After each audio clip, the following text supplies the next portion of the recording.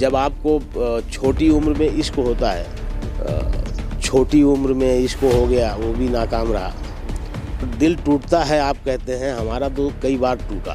क्या बात है। असल में नाकाम इश्क ही आदमी को कामयाब बनाता है।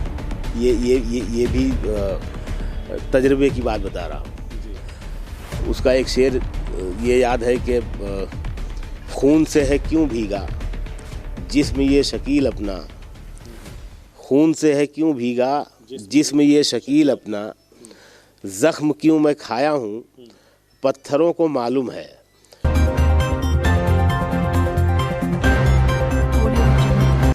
नमस्कार, आदाब। मेरा नाम है वसीम अकरम और इस वक्त मेरे साथ जो शख्सियत मौजूद हैं वो किसी भी तारुफ या किसी परिचय के मोहताज नहीं है। जी, आपको बता दूं कि मेरे साथ इस वक्त देश के नामचीन शायर और मशहूर शायर शकील आज़मी साहब हैं।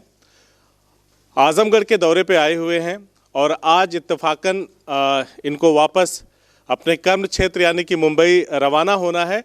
तो उससे पहले हमने मौका निकाल करके आपसे मुलाकात की और आपसे बातचीत करने का हमने एक इंटरव्यू करने का प्लान किया।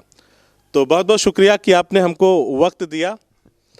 आपका भी शुक्रिया कि आप सुबह आपने मुझे पकड़ लिया बम्बई जाने से पहले। अमूमन आप ज़्यादा देर तक सोते हैं, रात में जागते ज़्यादा है, ऐसा सुना है। हाँ, शायर और उल्लू ज़्यादा देर तक जागते हैं रात में और सुबह जल्दी नहीं उठते हैं, देर से उठते हैं। जी, तो बगैर किसी लाग लपेट के अब मैं शुरुआत करना चाहूँगा, अपने सवालों का सिलसिला मैं शुरू करना चाहूँगा और आपसे वो सारे सवाल होंगे ताकि लोग जान पाएँ शकील आज़मी के बारे में। क्योंकि जब आप आज से करीबन 15-20 दिन जो भी हुआ हो, जब आप आए तो पूरी एक हाइप क्रिएट की गई कि शकील आज़मी साहब आए हैं, आज़मगढ़ के हैं और लोगों ने आपको सुना, जमकर आपके शेर व शायरी का जो अंदाज़ है उसका लुत्फ़ उठाया।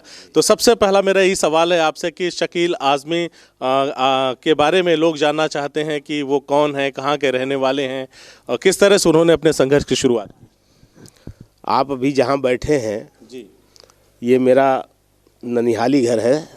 पता भी बताते जाएं। सहरिया गांव का नाम है, निज़ामाबाद के पास। अब यहाँ तहसील बन गई है तो ये शहर हो गया है। जी, पहले ऐसा नहीं था। जी, पहले सड़क तक हम लोग कच्चे रास्ते से पैदल जाते थे, स्कूल जाते थे, निज़ामाबाद पढ़ने पैदल जाते थे। आज हालात बदल गए हैं, आपने देखा होगा, पूरा शहर जैसा हो गया है। जी, तो मैं इसी गांव में पैदा हुआ, जी, यही मेरी परवरिश हुई। मेरी नानी ने, मेरे नाना ने, मेरे मामू ने मुझे पाला। मेरी माँ की डेथ हो गई थी, बहुत छोटा था मैं, उनको टीबी हो गया था। और मेरे वालिद साहब ने दूसरी शादी कर ली थी, तो मेरी नानी मुझे जाने नहीं देती थी। अच्छा। मेरे गांव मेरे वालिद साहब आते थे, वो ले जाना चाहते थे लेकिन नानी नहीं जाने देती थी। वो कहती थी कि जब वो बड़ा हो जाएगा तब ले जाना। तो मेरा जो ददियाल है, ददियाली गांव है, वो भी यहाँ से कुछ 10-12 किलोमीटर है। सीधा सुल्तानपुर नाम है। अच्छा। सुल्तानपुर ज़िला नहीं, आज़मगढ़ में ही सीधा सुल्तानपुर एक गांव है और बड़ा गांव है, पठानों का गांव है। और उस गांव में बहुत बड़े बड़े लोग पैदा हुए, दीनी भी, अदबी भी। मसलन कुछ लोगों के नाम बता पाएं।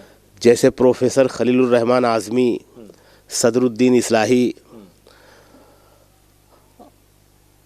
और एक बहुत बड़े नाम हैं जो खलीलुर रहमान आज़मी के भतीजे हैं, उनका नाम है तारिक अजीज़, और वो भाभा इंस्टीट्यूट में साइंटिस्ट हैं। अच्छा। हाँ, तो ये हमारे गांव के लिए भी फ़ख्र की बात है कि हमारे गांव का, बल्कि हमारे ख़ानदान का एक आदमी भाभा इंस्टीट्यूट में हिंदुस्तान के लिए खिदमत अंजाम दे रहा है। और उस गांव में ये जो मदरसा इस्लाह, जो सराय मीर में बहुत बड़ा मदरसा है, उसके जो बानी थे, जिन्होंने उसकी बुनियाद रखी, मौलाना शफ़ी साहब, वो भी सीधा सुल्तानपुर के ही थे और खलील रहमान आज़मी साहब के वालिद थे वो। तो ऐसे बहुत सारे बड़े लोग सीधा सुल्तानपुर में पैदा हुए। सहरिया में भी ज़ियाउद्दीन इस्लाही साहब पैदा हुए, जिन्होंने दारुल मुसन्नफ़ीन में अपनी खिदमत अंजाम दी और वो राइटर भी थे। तो ये दोनों ही गांव जो हैं बड़े गांव हैं, बड़े लोग पैदा हुए हैं दोनों गांव में। तो मैं सहरिया में ही रहा, आज भी बम्बई से आता हूं तो यहीं आता हूं।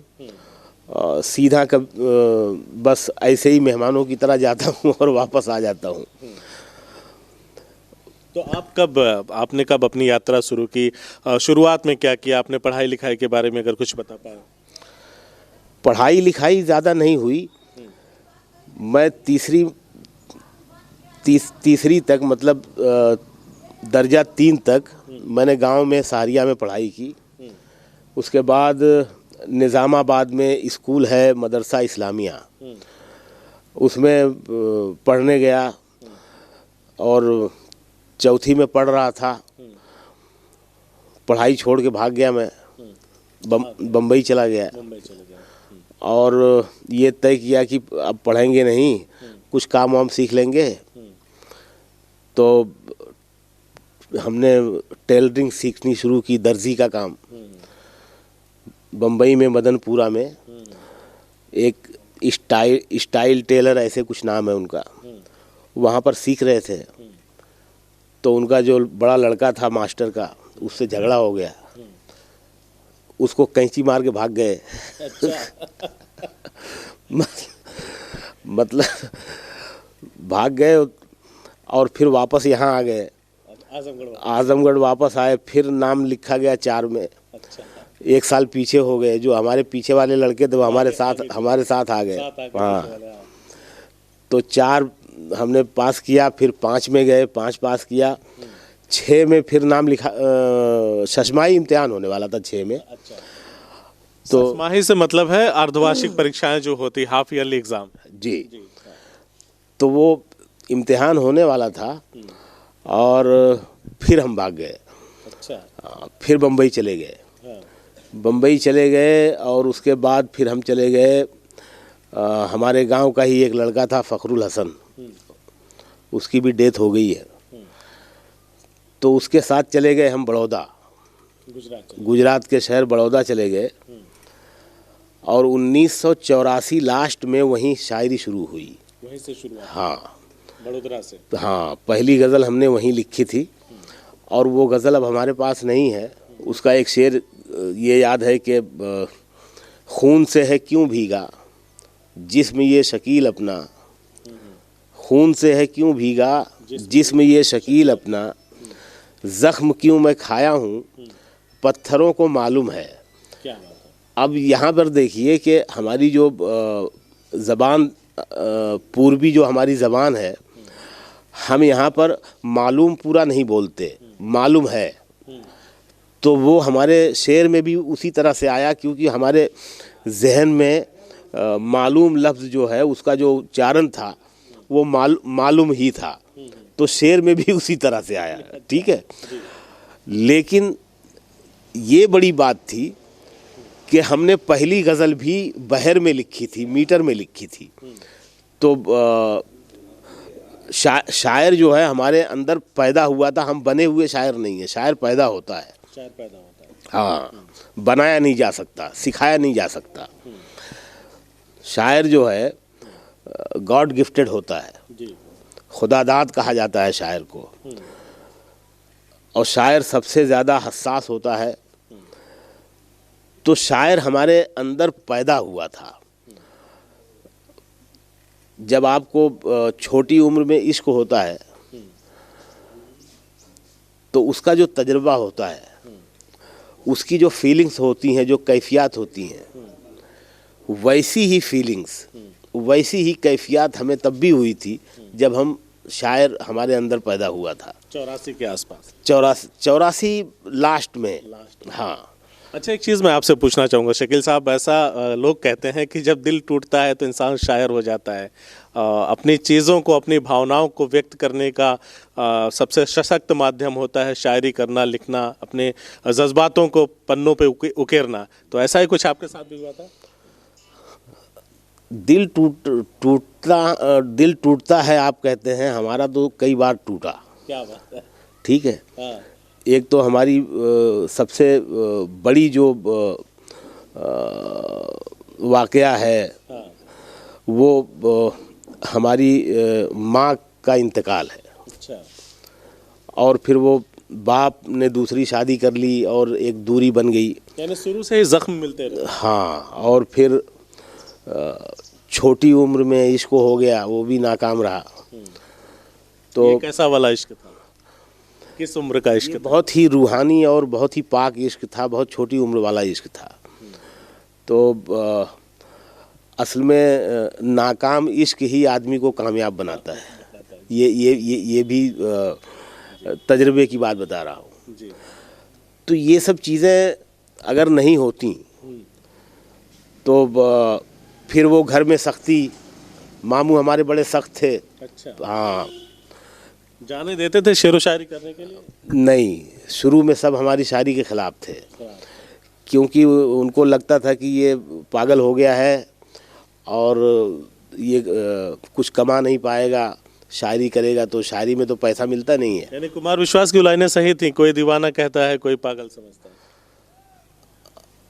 हाँ, सिर्फ वही नहीं, बल्कि क्या होता है कि आपके जो माता पिता होते हैं, वालिदैन होते हैं, आपके जो गार्जियन होते हैं, वो ये नहीं चाहते कि आपका बच्चा जो है, आपका बेटा, वो किसी ऐसी लाइन पे चला जाए। बिल्कुल सही बात। कि वो कुछ भविष्य को लेके चिंतित, भविष्य को लेके चिंतित रहते हैं। बिल्कुल सही बात। तो यही हमारे साथ भी हुआ। हमारे जो गार्जियन थे, हमारे मामू वगैरह, फिक्र होती थी। तो वो नहीं चाहते थे कि ये शायरी के, बल्कि हमारे दोस्त भी, जब हम वहाँ बड़ौदा में हम शायरी शुरू हुई, तो जब मैं कुछ लिखता था तो मेरा कागज़ फाड़ देते थे, डायरी मेरी फाड़ देते थे।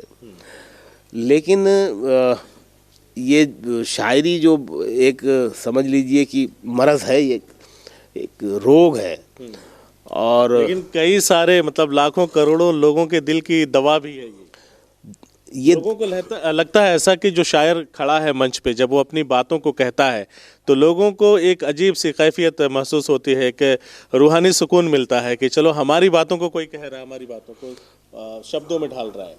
हाँ, तो यही होता है कि ये जो आप कह रहे हैं दवा, ये बाद में बनता है। बाद में बनता है। हाँ, शुरू में शायर को बहुत कुछ झेलना पड़ता है, और ये झेलना भी ज़रूरी होता है। मैं समझता हूँ कि खुदा ने हर आदमी को कुछ ना कुछ सलाहियत दे के पैदा किया है। बिल्कुल सही बात। बल्कि एक साथ एक इंसान में कई सलाहियतें होती हैं। जी। कुछ ज़्यादा होती हैं, कुछ कम होती हैं। कई बार क्या होता है कि हम अपनी उस ख़ास सलाहियत को वक्त पर पहचान जाते हैं। जब हम वक्त पर पहचान जाते हैं तो हम शाहरुख खान बन जाते हैं, अमिताभ बच्चन बन जाते हैं, दिलीप कुमार बन जाते हैं, कैफी आज़मी बन जाते हैं, खलील रहमान आज़मी बन जाते हैं, महापंडित राहुल सांस्कृतियायन बन जाते हैं। लेकिन जब हमें देर लगती है, मतलब इस अपनी उस सलाहियत को जो सबसे ज़्यादा हमारे अंदर होती है, उसको पहचानने में जब वक्त लगता है, तो चीज़ें होती हैं लेकिन देर में होती हैं।